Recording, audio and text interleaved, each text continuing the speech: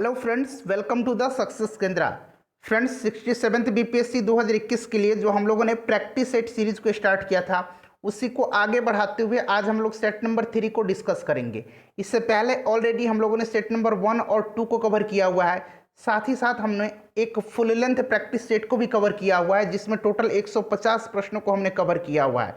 तो तीनों वीडियोज़ का लिंक आपको आज की इस वीडियो के डिस्क्रिप्शन बॉक्स में मिल जाएगा, आप एक बार ज़रूर देख लीजिएगा। फ्रेंड्स, चैनल पर अगर आप पहली बार आए हैं तो चैनल को सब्सक्राइब कर लेना है और बेल आइकन को यानी कि घंटे के निशान को आपको ज़रूर दबा लेना है, ताकि जब भी इसी तरह का कोई भी इंपॉर्टेंट वीडियो अगर अपलोड किया जाता है तो उसका नोटिफिकेशन सबसे पहले आपके पास पहुंच जाए। तो चलिए फ्रेंड्स, बिना देरी किए हुए आज का सेशन स्टार्ट करते हैं। आपसे रिक्वेस्ट है कि प्लीज़ वीडियो को लाइक और शेयर जरूर कर दीजिएगा। देखिए फ्रेंड्स, आज का जो पहला क्वेश्चन है कि वर्ष 1775 में सूरत की संधि हुई थी। आपको प्रयास करना है केवल 5 से 7 सेकंड के बीच में अपना आंसर चुन लेने के लिए। उसके बाद जो भी करेक्ट आंसर होगा पूरी डिटेल में मैं आपको बता दूंगा। तो देखिए फ्रेंड्स, वर्ष 1775 में जो सूरत की संधि हुई थी यह रघुनाथ राव तथा अंग्रेजों के बीच में हुई थी। Option number A right answer हो जाएगा। इस संधि के अनुसार अंग्रेजों ने राघवा को सैनिक सहायता देना स्वीकार कर लिया। देखिए, रघुनाथ राव को राघवा भी कहा जाता था, ठीक है, तो ये भी आप ध्यान रखेंगे। तो इस संधि के तहत जो है अंग्रेजों ने राघवा को सैनिक सहायता देना स्वीकार कर लिया। ये जो राघवा था यानी कि रघुनाथ राव था, इसी का पुत्र था बाजीराव द्वितीय। बाजीराव द्वितीय जो था यह अंतिम मराठा था, ठीक है, अंतिम मराठा पेशवा था। ध्यान रखेंगे, यह अंतिम मराठा पेशवा था बाजीराव द्वितीय, जो कि राघवा या रघुनाथ राव का पुत्र था। ये जो बाजीराव द्वितीय था यह सहायक संधि स्वीकार करने वाला प्रथम मराठा सरदार था। तो इतनी सारी बातें आपको ध्यान रखना है। फ्रेंड्स, ये सभी प्रश्न या तो प्रीवियस ईयर में पूछे जा चुके हैं या फिर इनके चांसेस आपके एग्जाम में पूछे जाने के सबसे अधिक हैं। दूसरा क्वेश्चन देखिएगा कि थ्रोम्बिन का संबंध निम्नलिखित में से किस प्रक्रिया से है। देखिए, थ्रोम्बिन और फाइब्रिनोजन, थ्रोम्बिन प्लस फाइब्रिनोजन, यहाँ मैं लिख देता हूँ फाइब्रिनोजन, ठीक है, ये जो है मिलकर के क्या बनाता है, ये दोनों मिल करके बनाते हैं फाइब्रिन, फाइब्रिन बनाते हैं, ठीक है, फिब्रिन या फाइब्रिन अंग्रेजी में FIBRIN कहा जाता है, ठीक है, ये फाइब्रिन बनाते हैं।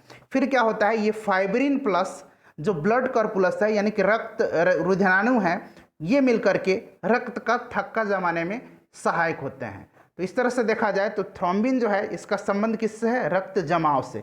थ्रोम्बिन एक प्रकार का प्रोटीन है, ध्यान रखेंगे, जो कि रक्त के थक्का जमाने में सहायक होता है। अगर विटामिन पूछा जाए कि कौन सा विटामिन रक्त का थक्का जमाने में सहायक होता है तो ये विटामिन के है, इसका भी नाम आप साथ साथ ध्यान रखेंगे। चलिए फ्रेंड्स, तीसरा क्वेश्चन देखिएगा कि लाल किला मुकदमा के तहत आज़ाद हिंद फौज के बचाव के पक्ष में निम्नलिखित में से कौन सा वकील शामिल नहीं था। देखिए फ्रेंड्स, आज़ाद हिंद फौज के जो गिरफ्तार सैनिक थे और जो सैनिक अधिकारी थे उन पर अंग्रेज सरकार ने दिल्ली के लाल किले में नवंबर 1945 में देशद्रोह के मुकदमे चलाए थे। और इन्हीं को बचाने के लिए भोला भाई देसाई के नेतृत्व में तेज बहादुर सप्रू, कैलाश नाथ काटजू, अरुणा असफ अली और जवाहरलाल नेहरू की जो है ये प्रमुख वकील थे। तो देखिए, भोला बाबू देसाई, तेज बहादुर सप्रू और जवाहरलाल नेहरू। सी राजगोपालाचारी नहीं थे, तो ऑप्शन नंबर डी इस प्रश्न का करेक्ट आंसर हो जाएगा। फ्रेंड्स, उम्मीद कर रहा हूँ कि वीडियो आपको पसंद आ रही होगी। तो फ्रेंड्स, प्लीज़ वीडियो को लाइक ज़रूर कर दीजिएगा। देखिए, आपका एक लाइक मुझे काफ़ी मोटिवेट करता है और मैं प्रयास करूँगा कि हर वीक में एक मैं फुल लेंथ आपको प्रैक्टिस सेट प्रोवाइड करा दूँ, ताकि अच्छे से तैयारी आपका हो जाए एग्जाम तक। देखिए, कुशेश्वर स्थान झील जो है यह बिहार में कहाँ स्थित है, तो कुशेश्वर स्थान झील जो है ये दरभंगा में है। वहीं अगर आपसे पूछा जाए कि कांवर झील कहाँ है, तो कांवर झील याद रखेंगे ये बेगूसराय में है। ये बिहार का पहला रामसर स्थल है। सहरसा में कौन सा झील है, तो सहरसा में सिमरी बख्तियारपुर झील है, सिमरी बख्तियारपुर झील है। वैशाली में कौन सा झील है, तो वैशाली में बरैला झील है, वैशाली में बरैला झील है, ध्यान रखेंगे। कटिहार में कौन सा झील है, तो कटिहार में गोगाबिल झील है। तो सबको आप ध्यान रखेंगे। फ्रेंड्स, पूरी डिटेल में मैं यहाँ आपको बताने का प्रयास करूँगा, ताकि एक प्रश्न के साथ साथ आपके 3 से 4 प्रश्न कवर हो जाएं। देखिए, बिहार में अनुमंडलों की संख्या कितनी है, तो बिहार में अनुमंडलों की संख्या जो है ये 101 है। वहीं अगर आपसे प्रमंडल पूछा जाता है तो प्रमंडल की संख्या 9 है। उसके बाद अगर जिला पूछा जाता है तो जिला की संख्या जो है ये 38 है। अगला क्वेश्चन देखेंगे, क्वेश्चन नंबर 6 है। और फ्रेंड्स प्लीज़ वीडियो को शेयर जरूर कर दीजिएगा। सेशन जब यह समाप्त होगा तो अपना स्कोर आप कमेंट करके बताएंगे, साथ ही साथ जो प्रश्न पूछा जाता है उसका आंसर भी आपको कमेंट करके बताना है, ठीक है। देखिए, प्राचीन धर्म ग्रंथों में निम्नलिखित में से किस शासक का नाम काकवर्ण मिलता है? तो काकवर्ण किसको कहा जाता था? तो फ्रेंड्स ये कहा जाता था कालाशोक को। Right answer option number C हो जाएगा। कालाशोक के समय द्वितीय बौद्ध संगीति का आयोजन जो है ये कहाँ किया गया था? वैशाली में किया गया था। क्लियर। कालाशोक जो था यह शिशुनाग का पुत्र था। शिशुनाग जो था यह शिशुनाग वंश का संस्थापक था। तो इतने सारे पॉइंट्स आपको ध्यान रखना है। वहीं अगर हम बात करें अजातशत्रु को, तो अजातशत्रु को कुणिक कहा जाता था, ठीक है। अजातशत्रु को कुणिक कहा जाता था। उसके बाद महापद्मनंद को क्या कहा जाता था? तो महापद्मनंद को कहा जाता था एकराट। क्या कहा जाता था? एकराट कहा जाता था। आगे इसके बारे में और डिटेल में हम लोग पढ़ेंगे। और देखिए, ये जो महापद्मनंद था इसी ने सबसे पहले कलिंग को मगध में मिलाया था। ये भी प्रश्न पूछा जाता है। चलिए अगला क्वेश्चन देखिएगा। और फ्रेंड्स अगर मुझसे कुछ त्रुटि हो जाती है, बोलने के क्रम में क्या हो जाता है, मेरा ध्यान कभी स्क्रीन पर रहता है और आपको समझाने में, दोनों जगह रहता है। तो ये क्या होता है कि कभी बोलने के क्रम में मैं गलती बोल देता हूँ, तो आप क्वेश्चन को जो है नंबर लिख करके कमेंट करेंगे, ठीक है। वहाँ मैं आपको सुधार करके आंसर बता दूंगा। देखिए, निम्नलिखित में से किस जिले की सीमा झारखंड से नहीं लगती है? तो अगर हम बात करें झारखंड से कितने जिलों की सीमा लगती है, तो 8 जिलों की। ये जिले कौन कौन से हैं? तो रोहतास है, औरंगाबाद है, उंगली पर काउंट कीजिए। रोहतास है, औरंगाबाद है, गया है, नवादा है, जमुई है, बांका है, भागलपुर है और कटिहार है। तो ऑप्शन में मुंगेर यहाँ दिया गया है, जो कि मुंगेर से झारखंड का सीमा जो है नहीं लगता है। उसके बाद देखिएगा क्वेश्चन नंबर 8 कि निम्नलिखित में से किस ग्रह की परिक्रमा दक्षिणा दिशा जो है दक्षिणावर्त यानी कि पूरब से पश्चिम है? बताइए राइट आंसर क्या हो जाएगा? तो फ्रेंड्स करेक्ट आंसर इसमें से जो है क्या हो जाएगा? शुक्र हो जाएगा, ऑप्शन नंबर बी। देखिए, शुक्र के पास कोई भी उपग्रह नहीं है, ठीक है। और शुक्र को पृथ्वी की भगिनी, जुड़वा बहन, भोर का तारा, सांझ का तारा, ये सभी उपनाम है। ये नामों से इनको जाना जाता है, ये शुक्र ग्रह को। शुक्र जो है सबसे गर्म ग्रह है, ये भी आप ध्यान रखेंगे। सबसे गर्म ग्रह कौन सा है? शुक्र है, ठीक है। चलिए, और यह पृथ्वी के सबसे निकटतम ग्रह भी है, ये भी आपको ध्यान रखना है। क्वेश्चन नंबर 9 देखिएगा। फ्रेंड्स उम्मीद कर रहा हूँ कि वीडियो पसंद आ रही होगी आपकी। प्लीज़ वीडियो को लाइक जरूर कर दीजिए, प्लीज़ एक लाइक जरूर कर दीजिएगा। देखिए फ्रेंड्स, निम्नलिखित में से कौन सा ही सुमेलित नहीं है? सुमेलित नहीं है। देखिए, मैं बार बार लाइक करना जो है मुझे बोलना अच्छा नहीं लगता है, लेकिन लाइक करने के लिए मैं इसलिए बोलता हूँ, पहला चीज़ मुझे तो यह पता चल जाए कि वीडियो मेरे द्वारा जो प्रदान किया जा रहा है, प्रोवाइड कराया जा रहा है, वो आपको पसंद आ रहा है कि नहीं, ठीक है। तो इससे मैं आइडिया लगाता हूँ कि वीडियो पसंद आ रही है आपको या फिर नहीं आ रही है, और मोटिवेशन तो मुझे मिलता ही है। देखिए, भारतीय दलहन अनुसंधान संस्थान जो है ये कानपुर में है, बिल्कुल करेक्ट दिया गया है। राष्ट्रीय चावल शोध संस्थान ये कटक में है। भारतीय गन्ना अनुसंधान संस्थान ये भागलपुर में नहीं है। भारतीय गन्ना अनुसंधान संस्थान जो है ये लखनऊ में है, ठीक है। वहीं अगर पूछा जाए कि केंद्रीय गन्ना अनुसंधान संस्थान कहाँ है, तो ये कोयम्बटूर में है। भारतीय गन्ना अनुसंधान संस्थान कहाँ पे है? लखनऊ में है। और केंद्रीय गन्ना अनुसंधान संस्थान कोयम्बटूर में है। राष्ट्रीय डेयरी अनुसंधान संस्थान करनाल में है, बिल्कुल सही दिया गया है। जिसमें से सुमेलित कौन सा नहीं है? ऑप्शन नंबर सी नहीं है। उसके बाद देखिएगा, कारोबार सुगमता सूचकांक अंग्रेजी में ईज ऑफ डूइंग बिजनेस कहा जाता है। Ease of doing business index निम्नलिखित में से किस अंतर्राष्ट्रीय संस्था द्वारा जारी किया जाता है? तो ये जारी किया जाता है वर्ल्ड बैंक के द्वारा। Option number A right answer हो जाएगा। भारत का स्थान ध्यान रखेंगे, इसमें 63 है। अभी जो रिसेंट जो अपडेट है उसके अनुसार मैं बता रहा हूँ आपको। न्यूजीलैंड जो है इसमें प्रथम स्थान पर है। नेक्स्ट क्वेश्चन देखिएगा कि द्वितीय पंचवर्षीय योजना किस मॉडल पर आधारित थी? द्वितीय पंचवर्षीय योजना जो थी यह किस मॉडल पर आधारित थी? तो पीसी महालनोबिस मॉडल पर आधारित थी। Option number D right answer हो जाएगा। 1956 से लेकर के 1961 तक जो है द्वितीय पंचवर्षीय योजना का कार्यकाल रहा था। वहीं अगर आपसे पूछा जाए कि प्रथम पंचवर्षीय योजना, तो प्रथम पंचवर्षीय योजना हेराल्ड डोमर मॉडल पर आधारित थी। अगला क्वेश्चन देखिएगा कि प्रतिरक्षण तकनीक या फिर प्रतिरक्षण प्रणाली, कई बार मैंने आपको बताया है ये प्रश्न, ठीक है। प्रतिरक्षण तकनीक का विकास किसने किया था? तो प्रतिरक्षा प्रणाली या फिर प्रतिरक्षण तकनीक का जो है जनक कहा जाता है किसको? एडवर्ड जेनर को। Option number D right answer हो जाएगा। एडवर्ड जेनर ने टीकाकरण की खोज किया था इन्होंने, ठीक है। इन्होंने ही टीकाकरण का खोज किया था और चेचक का टीका का खोज भी इन्होंने किया था, ठीक है। ध्यान रखेंगे लुई पास्चर ने रेबीज के टीके की खोज की थी। रॉबर्ट कोच का नाम ध्यान रखेंगे, इन्होंने क्षय रोग, कॉलेरा, एंथ्रेक्स जैसी जानलेवा बीमारियों के लक्षण की खोज किया था इन्होंने। और जोसेफ लिस्टर जो थे, इन्होंने एंटीसेप्टिक सर्जरी का विकास किया था। क्लियर है? आगे बढ़ते हैं। चलिए, राइट आंसर ऑप्शन नंबर इसका डी हो जाएगा, एडवर्ड जेनर। ध्यान रखेंगे। क्वेश्चन नंबर 13 देखिएगा कि वसा में घुलनशील विटामिन निम्नलिखित में से कौन से हैं? तो वसा में घुलनशील विटामिन जो है विटामिन के है, विटामिन ई है, विटामिन डी है और विटामिन ए है। के का रासायनिक नाम देखिए, यहाँ पर रासायनिक नाम दिया गया है। के का रासायनिक नाम फिलोक्विनोन होता है, ई का रासायनिक नाम टोकोफेरॉल होता है, डी का रासायनिक नाम जो है ये कैल्सीफेरॉल होता है और ए का रासायनिक नाम रेटिनॉल होता है। देखिए रासायनिक नाम यहाँ पर दिया गया है, तो राइट आंसर अगर बात करें तो ऑप्शन नंबर ए हो जाएगा, कैल्सीफेरॉल, जो कि विटामिन डी का रासायनिक नाम है। कैरोटीन जो है, देखिए कैरोटीन जो है ये जो विटामिन ए होता है ना, विटामिन ए, इसका जो मुख्य स्रोत है पौधों से प्राप्त बीटा कैरोटीन है। तो कैरोटीन एक तरह से विटामिन ए की श्रेणी में आ जाएगा। टोकोफेरॉल जो है ये किस विटामिन का नाम है? तो विटामिन ई का रासायनिक नाम है। ठीक है, तो राइट आंसर इसका ऑप्शन नंबर बी हो जाएगा। नेक्स्ट क्वेश्चन हमारा है कि नरेगा को मनरेगा नाम कब दिया गया? नरेगा, नरेगा ध्यान रखेंगे। नरेगा का फुल फॉर्म सबसे पहले आप जान लीजिए, इसका फुल फॉर्म होता है national Rural Employment Guarantee act. ये लॉन्च ईयर इसका कब है? इसको लॉन्च कब किया गया था? 2006 में।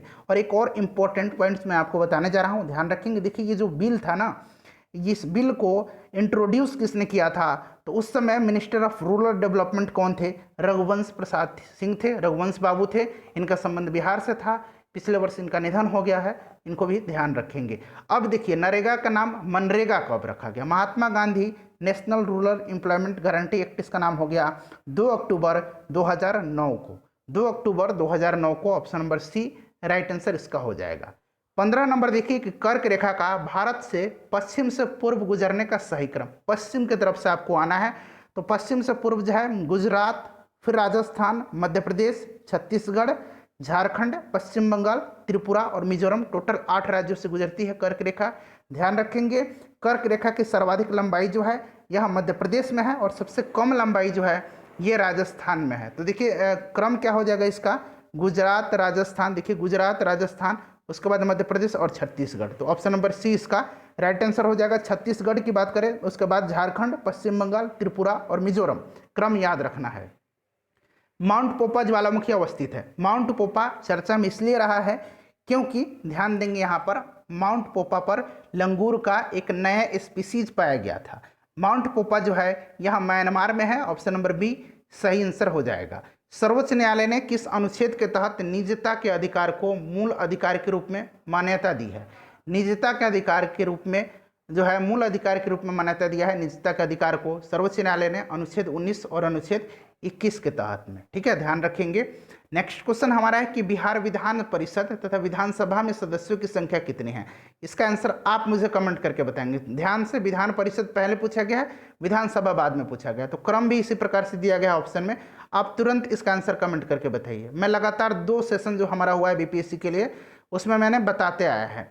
अगला क्वेश्चन है कि यूनानी लेखकों ने पालिम बोथरा नाम से किस स्थल का उल्लेख किया है?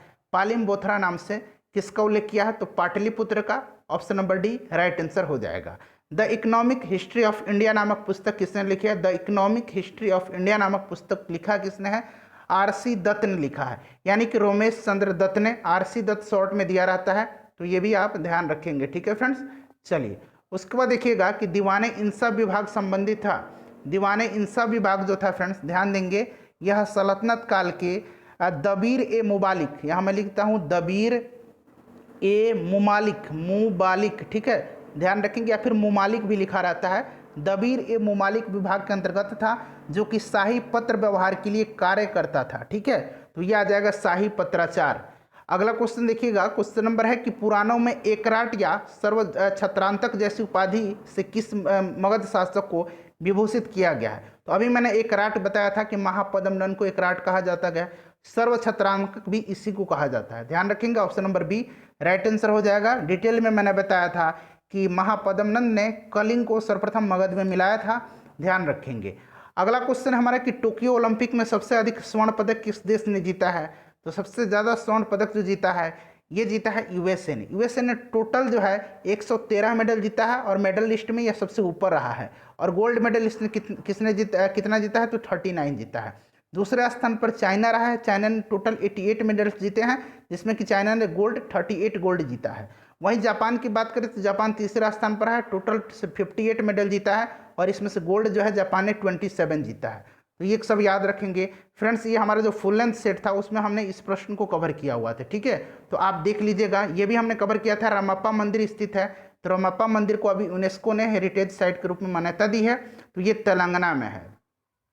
उसके बाद देखिएगा, प्रत्येक वर्ष विश्व हेपेटाइटिस दिवस कब मनाया जाता है। इस प्रश्न को मैंने इसलिए ऐड किया है यहाँ पर क्योंकि इस प्रश्न के माध्यम से मैं इसका थीम आपको बताना चाहता हूँ। देखिए, ये जो दिवस मनाया जाता है 28 जुलाई के दिन प्रत्येक वर्ष मनाया जाता है, और ये जो हेपेटाइटिस है वायरस से होने वाली बीमारी है, और किस अंग को प्रभावित करता है, तो यकृत को यानी कि लीवर को प्रभावित करता है। और इस वर्ष इसकी थीम रही थी hepatitis can't wait, hepatitis can't wait, ठीक है। थीम आप याद रखेंगे, हेपेटाइटिस कांट वेट। चलिए, उसके बाद देखिएगा कि हाल ही में बिहार के किस स्थान में खेल विश्वविद्यालय खोलने का प्रस्ताव पारित किया गया है, तो ये राजगीर में, ठीक है। Option number B correct answer हो जाएगा। 1922 में गया के इंडियन नेशनल कांग्रेस के अधिवेशन की अध्यक्षता किसने की थी, कौन अध्यक्ष थे, तो सबसे पहले ध्यान रखिएगा कि 1922 में जो गया में अधिवेशन हुआ था, ये कांग्रेस का कौन सा अधिवेशन था। क्रम भी आपसे पूछा जा सकता है, तो 38वां अधिवेशन था और इसकी अध्यक्षता चित्तरंजन दास ने किया था। नेक्स्ट क्वेश्चन हमारा है कि निम्नलिखित में से कौन सा असत्य है। इसमें से असत्य आपको बताना है। देखिए, नाबार्ड की स्थापना 1982 से भी 1988, नीति आयोग 2015।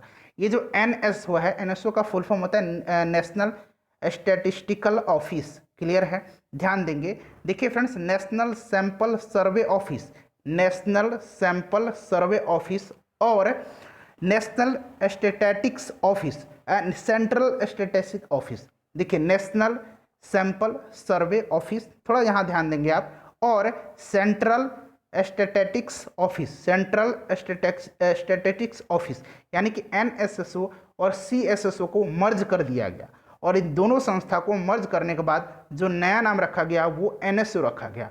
और NSO की स्थापना जो है ये मई 2019 में की गई, क्लियर है। तो ये गलत दिया हुआ है, मई 2019 में इसकी स्थापना की गई, ध्यान रखेंगे। अगला क्वेश्चन देखेंगे कि संविधान के किस अनुच्छेद में उल्लेख किया गया है कि राष्ट्रपति की सहायता एवं परामर्श के लिए प्रधानमंत्री की अध्यक्षता वाली एक मंत्री परिषद होगी। ये किस आर्टिकल में कहा गया है, यह आर्टिकल 74 में कहा गया है। Right answer option number D हो जाएगा 74, क्लियर है। अगला क्वेश्चन देखेंगे, नेक्स्ट क्वेश्चन है कि निम्नलिखित में से कौन सी पहाड़ी वह स्थान है जहाँ पर पश्चिमी घाट और पूर्वी घाट मिलता है। तो पश्चिमी घाट और पूर्वी घाट जो है ये कहाँ पर मिलते हैं, ये मिलते हैं नीलगिरी की पहाड़ी पे। नीलगिरी की पहाड़ी की सबसे ऊंची चोटी डोडा बेटा है, ठीक है। इसी नीलगिरी की पहाड़ी क्षेत्र जो है वहीं पे कौन सी जनजाति पाई जाती है, टोडा जनजाति पाई जाती है, ठीक है, ध्यान रखेंगे, पूछा जाता है। चलिए, उसके बाद देखिएगा कि 1883 में जब इल्बर्ट बिल प्रस्तुत किया गया उस समय वायसराय कौन था। इल्बर्ट बिल जब प्रस्तुत किया गया 1883 में, तो उस समय जो वायसराय था वो लॉर्ड रिपन था। देखिए, लॉर्ड रिपन का कार्यकाल जो था यह 1880 से लेकर के 1884 तक रहा था। अब देखिए, 1883 के समय स्वाभाविक है कि लॉर्ड रिपन ही वायसराय होगा। लॉर्ड रिपन ने कौन कौन से महत्वपूर्ण कार्य किए हैं, तो लॉर्ड रिपन के समय में प्रथम कारखाना अधिनियम पारित हुआ, इसे स्थानीय स्वशासन का जनक कहा जाता है, ठीक है। इसी के समय नियमित जनगणना कराई गई। उसके बाद फ्लोरेंस नाइटिंगेल जो हैं, इन्होंने लॉर्ड रिपन को भारत के उद्धारक की संज्ञा दी है। वर्नाक्यूलर प्रेस एक्ट को 1882 में लॉर्ड रिपन ने ही निरस्त किया था। इतने सारे महत्वपूर्ण कार्य इसने किए हैं। उसके बाद देखिएगा, जेम्स ऑगस्टस हिक्की, ये नाम आपको ध्यान रखना है क्योंकि जेम्स ऑगस्टस हिक्की ने पहला भारत का समाचार पत्र का प्रकाशन किया था। कब, 1780 ईस्वी में, ठीक है फ्रेंड्स। उस जो समाचार पत्र था उसका नाम क्या था, तो the Bengal gazette, the Bengal gazette, option number C right answer हो जाएगा। और उस समय अगर पूछा जाए कि गवर्नर जनरल कौन था, तो वारेन हेस्टिंग्स था। वारेन हेस्टिंग्स के समय जेम्स ऑगस्टस हिक्की ने पहला समाचार पत्र जो है प्रकाशित किया था। अगला क्वेश्चन देखिएगा कि तालीकोटा का युद्ध लड़ा गया था। तो देखिए, तालीकोटा के युद्ध को अन्य और नामों से जाना जाता है। इसको राक्षसी टंगड़ी के नाम से जाना जाता है, राक्षसी टंगड़ी के युद्ध के नाम से जाना जाता है। फिर से इसको बनी हट्टी, यहाँ मैं लिख देता हूँ, बनी हट्टी के युद्ध के नाम से भी जाना जाता है। ये हुआ कब था, तो फ्रेंड्स ध्यान देंगे, यह युद्ध जो है 1565 में हुआ था। विजयनगर के खिलाफ जो है इसमें दक्कन सल्तनत थे, और दक्कन सल्तनत में कौन कौन थे? बीजापुर, अहमदनगर, गोलकुंडा और बीदर था। एक तरफ अकेले विजयनगर साम्राज्य था और दूसरी तरफ दक्कन सल्तनत थे, जिसमें कि बताया हूँ अभी बीजापुर, अहमदनगर, गोलकुंडा और बीदर थे। ठीक है, चलिए। और ये जो तालुकटा युद्ध था यह विजयनगर का पतन का कारण था। अगला क्वेश्चन देखेंगे। अगला क्वेश्चन है कि मितविलास प्रहसन जो है इसकी रचयिता कौन है? तो मितविलास प्रहसन जो है इसके रचयिता जो हैं यह है पल्लव वंश के शासक महेंद्र वर्मन प्रथम। महेंद्र वर्मन प्रथम, देखिए option number A right answer इसका हो जाएगा। अगला क्वेश्चन है 35 नंबर के निम्नलिखित में से कौन सी विश्व की सबसे गहरी झील है? तो सबसे गहरी झील जो है वो कौन सी हो जाएगी? बैकाल झील। बैकाल झील जो है यह साइबेरियाई क्षेत्र में है, रूस में है, ध्यान रखेंगे। गुरुमुखी लिपि का आविष्कारक एक निम्नलिखित में से कौन है? गुरुमुखी लिपि का आविष्कार जो है यह सिखों के दूसरे गुरु जो थे गुरु अंगद देव, इन्होंने ही किया था, गुरु अंगद ने किया था, ध्यान रखेंगे। वहीं अगर पूछा जाए कि आदि ग्रंथ की रचना किसने की, तो जो पवित्र ग्रंथ है आदि ग्रंथ, इसकी रचना सिखों के 5वें गुरु गुरु अर्जुन देव ने किया था। गुरु अर्जुन देव ने आदि ग्रंथ की रचना किया था। नेक्स्ट क्वेश्चन देखिएगा कि एंजाइम मुख्यतः है, तो देखिए एंजाइम क्या है फ्रेंड्स? एक प्रोटीन है, option number A right answer हो जाएगा। 38 नंबर देखिएगा कि मोतीलाल नेहरू राष्ट्रीय प्रौद्योगिकी संस्थान कहाँ अवस्थित है? तो यह प्रयागराज में है। इलाहाबाद भी साथ साथ ध्यान रखेंगे, इलाहाबाद का नाम अब प्रयागराज हो गया है। रिंग ऑफ फायर निम्नलिखित में से किस महासागर में फैला एक विस्तृत क्षेत्र है? रिंग ऑफ फायर, ध्यान दीजिएगा। देखिए पृथ्वी पर सबसे जो है ज़्यादा भूकंप और जो ज्वालामुखी प्रभावित इलाके हैं उनको वैज्ञानिकों ने रिंग ऑफ फायर नाम दिया है। इसका इलाका जो है प्रशांत महासागर के क्षेत्र में फैला हुआ है। प्रशांत महासागर, option number A right answer हो जाएगा। 40 नंबर देखिएगा, ये प्रश्न इसलिए इंपॉर्टेंट है क्योंकि अभी चर्चा में रहा है। राजीव गांधी खेल रत्न पुरस्कार की शुरुआत कब हुई थी? एक्चुअली हुआ क्या है कि ये जो राजीव गांधी खेल रत्न था यह खेल के क्षेत्र में दिया जाने वाला सबसे उत्कृष्ट पुरस्कार था, सर्वोत्तम पुरस्कार था। अब इसका नाम बदल दिया गया है और इसका नाम रख दिया गया है मेजर ध्यानचंद खेल रत्न पुरस्कार। क्लियर है? तो राजीव गांधी से संबंधित प्रश्न पूछा जा सकता है, राजीव गांधी खेल रत्न से। तो ये शुरुआत किया गया था इसकी 1991-92 में। पहली बार यह किसे दिया गया था? तो विश्वनाथन आनंद को दिया गया था। ठीक है, ध्यान रखेंगे। चलिए नेक्स्ट क्वेश्चन है इसमें से कि निम्नलिखित में से जो श्रृंखला का सही विकल्प जो होगा पूरा करेगा इसको, ये आपको बताना है आंसर। आप इसका आंसर कमेंट करके बताएंगे, अपना स्कोर बता दीजिएगा, वीडियो को लाइक और शेयर कर दीजिएगा।